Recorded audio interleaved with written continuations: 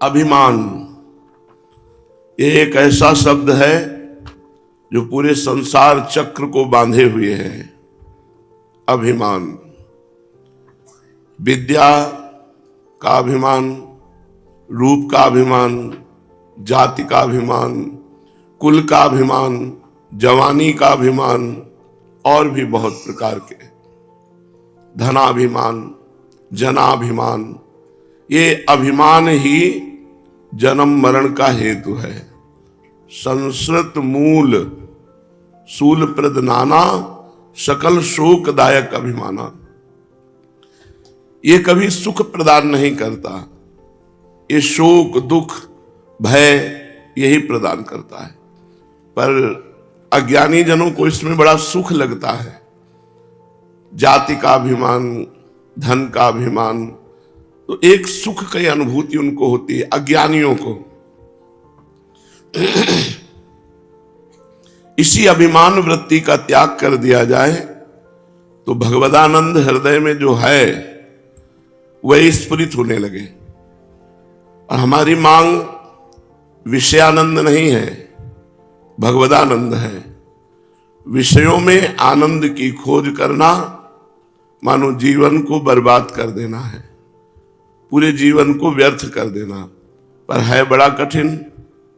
सहज प्रवाह मन और इंद्रियों का प्रकृति की तरफ ही होता है, परमात्मा की तरफ तो साधना के द्वारा लगाया जाता है। और साधना करते हुए भी यदि अहंकार हो जाए तो भी वो साधना व्यर्थ हो गई। तो ये अहंकार जो है, ये भगवान की जब विशुद्ध कृपा होती है तब इसका नाश होता है। नाश दो प्रकार से होता है। एक ज्ञान का प्रादुर्भाव होकर अहंकार का नाश करना, और एक परिस्थिति, ऐसी परिस्थिति प्रकट कर देना सर्वनाश की लीला कि उसका अहंकार चूर चूर हो जाता है। अगर भक्त में कहीं थोड़ा भी अहंकार हो तो भगवान को बर्दाश्त नहीं होता। ताते करें कृपा निधि दूरी, सेवक पर ममता अति भूरी। भूरी माने बहुत बड़ी, सेवक पर बहुत बड़ी ममता रखते हैं प्रभु। तो जहां भक्त कोई अभिमान करता है तो उसी अभिमान का नाश करने की लीला करते हो, बड़ी कड़वी होती है। ज्ञान के द्वारा अभिमान का नाश हो जाना थोड़ा सरल है, सहज है, लेकिन लीला के द्वारा परिस्थिति प्रकट करके फिर अभिमान का नाश होना है, बड़ा कड़वा है। इतना कड़वा है कि देव ऋषि नारद जी ने भगवान अपने इष्ट श्री हरि को शाप दे दिया, जाओ जैसे मैं स्त्री के वियोग में दुखी हूं वैसे तुम दुखी हो। जो तुमने हमें बंदर का स्वरूप दिया वही तुम्हारी सहायता करे। देखो कितना अभिमान गिरा दिया कि अपने इष्ट को शाप दे दिया। हम जिनकी चरण रज की आराधना करते हैं उनको दुख देने की बात कह दी और प्रभु ने स्वीकार कर लिया। इसलिए उपासक को चाहिए अभिमान से बचे। गुरु कृपा से अभिमान नष्ट हो जाता है। जब साधक अपने आप को गुरु के चरणों में समर्पित कर देता है तो उसका धीरे धीरे अभिमान गलित होते होते वो फिर देखता है कि भगवत कृपा से सारे कार्य हो रहे हैं, मैं नहीं कर रहा हूं। कर्ता और भोक्ता भाव हटा कि वो जीवन मुक्त अवस्था को प्राप्त हो जाता है। इसलिए श्रीपाद प्रबोधानंद जी कह रहे हैं, जाति प्राण धनानियान्तु सुयशो राशि परीक्षीयताम् सद्धर्मा विलयम प्रयान्तु सततम सर्वैश्च निर्भर्ष्यताम् आधिव्याधि सतेन जीर्यतु वपुर्लुप्तो प्रतीकारतः श्री वृंदा विपिनम तथापि नमना त्यक्तुम ममास्ताम मति। साधक को कभी शरीर संबंधी अभिमान करना ही नहीं चाहिए कि मैं अमुक जाति का हूं, मेरे पास इतना धन है, मैं इतना बलवान हूं, बुद्धिमान हूं, ज्ञानी हूं, बहुत साधन परायण हूं। ऐसे अभिमान को बिल्कुल त्याग कर देना चाहिए। शरीर संबंधी स्मृति का त्याग ही साधना है। हमको अपने शरीर की सुध न रह जाए, ऐसी भगवत स्मृति एक तार चले कि इष्ट के चिंतन में इतना हम डूब जाएं कि शरीर का चिंतन ही ना हो। यही साधना है। मैं किस जाति में पैदा हुआ हूं, मैं कहां पैदा हुआ हूं, मैं रूपवान हूं, मैं जवान हूं, मैं गुणवान हूं, धनवान हूं, बलवान हूं। यही अभिमान हमें भक्ति महारानी से बहुत दूर किए हैं। जैसे कोई रास्ते में जब कोई महान आता है तो फूलों के पावड़े बिछाते हैं, तो तुम्हारे हृदय में महान भक्ति पदार्पण करने वाली है और तुम अभिमान रूपी बड़े बड़े कांटे बिछा दो तो तुम्हारे हृदय में कैसे आएगी? विद्या रूप महत्व कुल धन जौवन अभिमान, सठ कंटक देखे जहां राहे न भक्ति निदान। जहां विद्या का, रूप का, कुल का, धन का, यौवन का, ये सब अभिमान रूपी कांटे पड़े हैं, उसके हृदय में भक्ति महारानी कैसे पधारे? सठ कंटक देखे जहां राहे न भक्ति निदान। फिर राहे न भक्ति निदान स्वांग सब नगर नारी के। नगर नारी कहते हैं वैश्या।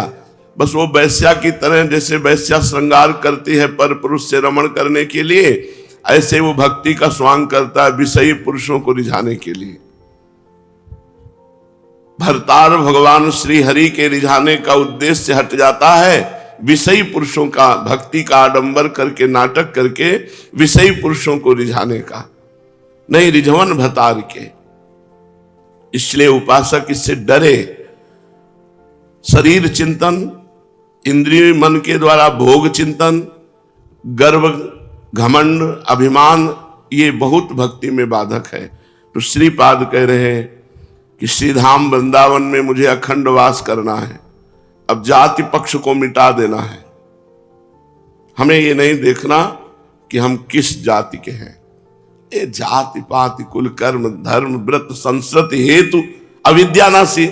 सेवक जी महाराज कह रहे सब अविद्या है। ये कोई सत्य विषय नहीं है। पीछे हम सुअर रहे, इस जन्म में मनुष्य बन गए, फिर आगे जाकर के बिगड़ जाएगी तो नाली के कीड़ा बन जाएंगे, भूत प्रेत बन जाएंगे, बढ़िया पुण्य बन गया तो देवता बन जाएंगे, और भजन बन गया तो भगवान को प्राप्त हो जाएंगे। तो कपड़े बदलते रहते हैं, आत्मा तो वही रहती, तो कपड़ों की क्या जाति। इसलिए जाति पक्ष को साधारण भाव में नहीं लाना चाहिए। और चाहे प्राण चले जाएं, अब अपने आराध्य देव की आराधना नहीं छोड़नी, प्राणों का मोह भी छोड़ देना चाहिए। प्राण के मोह में भूख प्यास, जीने की आशा, इनका त्याग कर दे। चाहे आज हमें बुला लो, चाहे 50 वर्ष बाद बुलाना, जाना तो हमें आपके पास ही है, तो हम तो आज ही तैयार हैं। अब आप देख लो कब बुलाना है। और रही प्राणों के पोषण की बात, तो जो आप व्यवस्था कर देंगे उसी में हम राजी रहेंगे। तो जाति, प्राण और धनानि, धन आदि, इसमें सब विषय आ जाते हैं। हमको वही विषय चाहिए जो प्रभु देते हैं। हमें किसी विषयी पुरुषों की चाटुकारिता करके, धनी मानियों के पीछे डोल करके उनसे भोग सामग्री एकत्रित करना, ये तो नरक का रास्ता है। बने तो रघुवर ते बने, बिगड़े तो भरपूर, तुलसी औरन ते बने, ता बनबे पे धूर। अगर बने तो हमारे इष्ट देव से। इष्ट देव कह रहे हैं योगक्षेमम वहाम्यहम, मैं तुम्हारे योग क्षेम का वहन करूंगा, तुम तो निश्चिंत होकर केवल मेरा अनन्य चिंतन करो। अनन्य चिंतयन्तो माम, लाखों बार ये बात सुन चुके हैं।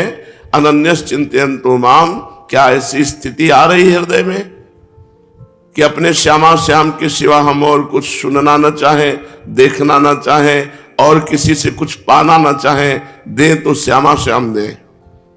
कैसे जानेंगे कि श्यामा श्याम दे रहा है? कैसे जानेंगे मेरा प्रभु दे रहा है? जब हम कोई कामना ना करें और अयाचक वृत्ति से अपरिचित व्यक्ति के द्वारा हमारी सेवा हो, तब समझना चाहिए भगवान से प्रेरित होकर कर रहा है। जथा लाभ संतोष सदा काहू सो कछु न चाहोगो, इससे धन का अभिमान, धन की प्रियता नष्ट हो जाएगी। जाति की प्रियता, प्राणों की प्रियता और धनानि, धन आदि की प्रियता का नाश। जथा लाभ संतोष सदा काहू सो कछु न चाहोगो। यान तो सुयसो राशि परीक्षीयताम, अब इस शरीर का बड़ा यश हो रहा है, बड़ी प्रतिष्ठा हो रही है, बड़ा मान है, स्वीकार मत करो। अगर यश प्रतिष्ठा मान स्वीकार करोगे तो देहाभिमान पुष्ट हो जाएगा और भगवान की भक्ति या शुद्ध ज्ञान प्राप्त होना कठिन हो जाएगा।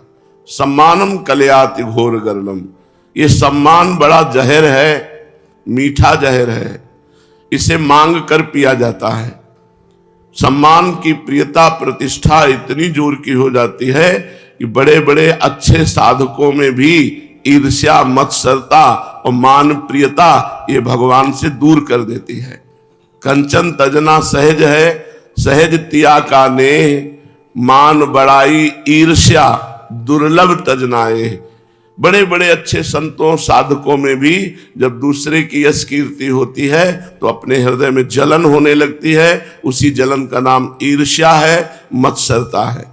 महापुरुष जन कहते हैं इसे त्यागना बड़ा कठिन है, क्योंकि अपनी मान प्रतिष्ठा का जब भोग होता है तब ये रोग पैदा हो जाता है। ईर्ष्या और मात्सर्यता मेरे से आगे बढ़ा जा रहा है, मान प्रतिष्ठा को भी धूल धूसरित कर दे, ना स्वीकार करे।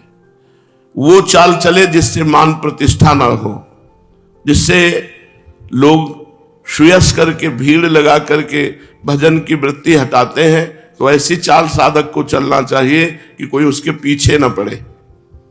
मान प्रतिष्ठा से दूर रहने के लिए सिद्ध महापुरुषों ने पागलों का सा नाटक किया है। जड़, बहरे, गूंगे, विक्षिप्त, ऐसा स्वांग किया कि ये विक्षिप्त है, ये पागल है, ये बहरा है, ये गूंगा है, ऐसा। क्योंकि बोलेंगे तो विद्वता प्रकट हो जाएगी, सुनकर उत्तर देंगे तो लोग पीछे पड़ जाएंगे, और अगर प्रवीणता दिखाएंगे तो फिर प्रतिष्ठा पुष्ट होती चली जाएगी। इसलिए वो जड़ दिखाई देते हैं, पागल जैसे, मूक, बहरे। ये भगवान की प्राप्ति के लिए कान होते हुए भी बहरे बन गए, जवान होते हुए भी मौन हो गए, और विद्वान होते हुए भी विक्षिप्त पागल का सा रोल करते हैं। इसलिए श्रीपाद कह रहे हैं सुयसो राशि परीक्षीयताम, सुयस हमारा क्षीण हो जाए। सद्धर्मा विलयम प्रयांतु, अगर हम प्रेम धर्म के पालन करने वाले हैं तो अन्य धर्मों का त्याग हो ही जाता है। भगवान कह रहे हैं तुम्हें कोई पाप नहीं लगेगा। माता पिता, बंधु, परिवार, नाना प्रकार के कितने लोक धर्म हैं। यदि आप विरक्त हैं, भगवत मार्ग के पथिक हैं, तो ऐसे सत धर्मों का भी त्याग कर देना चाहिए। सर्वधर्मान परित्यज्य मामेकम शरणम ब्रज, अहम त्वाम सर्व पापेभ्यो मोक्षयिष्यामि मा शुचः। मैं तुम्हें समस्त पापों से मुक्त करके परम पवित्र कर दूंगा, केवल तुम मेरी शरण में हो जाओ, सब धर्मों का त्याग करके। तो सद्धर्मा विलयम प्रयांतु सततम और सर्वैश्च निर्भरस्यताम। बहुत लोग तिरस्कार करते हैं, जिनमें आसुरी प्रवृत्ति होती है, वो संतों की भागवतिक चेष्टाओं का विरोध करते हैं। स्वाभाविक, संतों का तो किसी से विरोध नहीं होता, स्वाभाविक विरोध उनके हृदय में प्रकट होता है, ये उनका स्वभाव होता है। जहां तनिक भी आसुरी प्रवृत्ति होगी तो संतों की मंगलमयी चेष्टा होती है, नाम कीर्तन करना, भगवत कथा वार्ता करना, तो उनका हृदय जलता है और उस जलन में वो संतों का विरोध करते हैं, संतों का तिरस्कार करते हैं। जो आसुरी प्रवृत्ति होती है उसको विरोध अच्छा लगता है। तो श्रीपाद कह रहे हैं सततम सर्वश्च निर्भरस्यताम। तो यदि कोई अपमान करे, तिरस्कार करे, तो उसे सहना, झुक जाना, हार जाना, यह हमारा धर्म है। भा भ्रष्टाचारा सब संसारा, धर्म सुने नहीं काना, कलिकाल बिहाल किए मनुजा नहीं माने को अनुजा तनुजा। अभी समय आएगा, आगे देख लो, अभी कल्याण कर लो अपना भजन करके, नहीं आगे न सत्संग मिलेगा और न भगवत चर्चा मिलेगी। व्यापार सत्संग बना लिया गया, उपदेश व्यापार बना लिया गया। जो जो जो जो धीरे धीरे सत्य वस्तु का अपहरण होता चला जा रहा है, और जहां सत्य वस्तु होती उसका विरोध होता है। उनके द्वारा किए हुए अपमान और प्रतिकूलता को आनंद पूर्वक सह लेना, इस श्रीपाद प्रबोधानंद जी कहते हैं।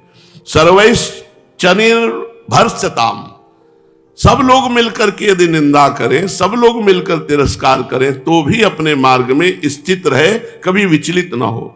आधी बाहर दैवी प्रकृति के द्वारा जो कष्ट मिलता है उसे आधि कहते हैं। सर्दी है, गर्मी है, प्रतिकूलता है, तिरस्कार है, निंदा है, ये सब आधि के अंतर्गत आते हैं। और व्याधि शरीर के रोग के अंतर्गत आते हैं। इस मार्ग के उपासक को बहुत परिपक्व रहना चाहिए। जाति का अभिमान नहीं, प्राणों का मोह नहीं, धन सुख की आशा नहीं, सुयश प्रतिष्ठा इसको मिटा दे और करे सत धर्मों का त्याग करके, सत धर्मों का त्याग करके भागवत धर्म, प्रेम धर्म स्वीकार करे, और कोई अपमान करे, तिरस्कार करे, सब मिलकर निंदा करे, तो भी विचलित न हो, अपने मार्ग में चले। वो आधी दैवी आपदा, सर्दी, बरसात, प्रतिकूलता, तिरस्कार, ये जब मिले तो इनको चुपचाप सहो। और व्याधि शरीर के रोग आदि जब आवे तो भी इनको, ये परमार्थ बहुत कठोर है, बहुत कठोर है। तब हृदय द्रवित होकर प्रियालाल की तरफ बहता, पहले इन कठोर नियमों का पालन करे। व्याधि सतेन सैकड़ों रोग हो जाए तो चुपचाप उनको सहे। जीरियतु वपुर लुप्त प्रतिकारता, कोई प्रतिकार ना करे, इनका विरोध ना करे। तुम्हारा विरोध हो रहा है उसे सह जाओ, शरीर में व्याधि है उसको सह जाओ, बाहर से आपदा आ रही उसको सह जाओ, कोई अपमान, निंदा, तिरस्कार चुपचाप सह जाओ। और सहना बहुत कठिन है।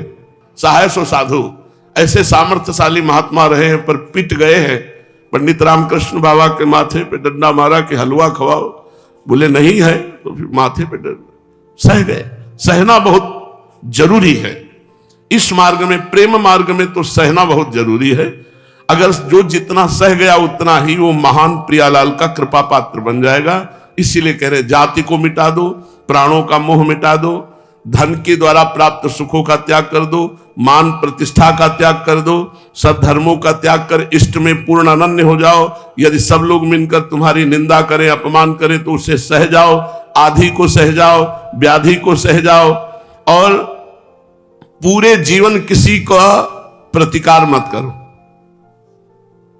ऐसी व्यवस्था मत करो, अपने बल का प्रयोग मत करो कि जिससे तुम्हारा विरोध बंद हो जाए। नहीं, और विरोध होने दो और उसको सहो। जितना सहोगे उतना ही महान बनते चले जाओगे। रक्षति संसार भयात् सदोषो मप्यशेष देह भृद वृंदम वृंदावन मिति तेन प्रणितम तन्नौमि काननम किमपि।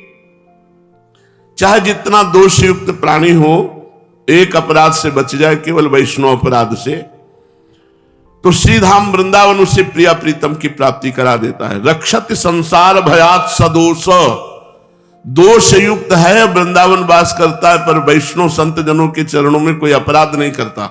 बस एक अपराध, संत वैष्णव जनों का कोई अपराध नहीं करता, तो श्रीधाम वृंदावन उसे निश्चित प्रिया प्रीतम की प्राप्ति करा देगा।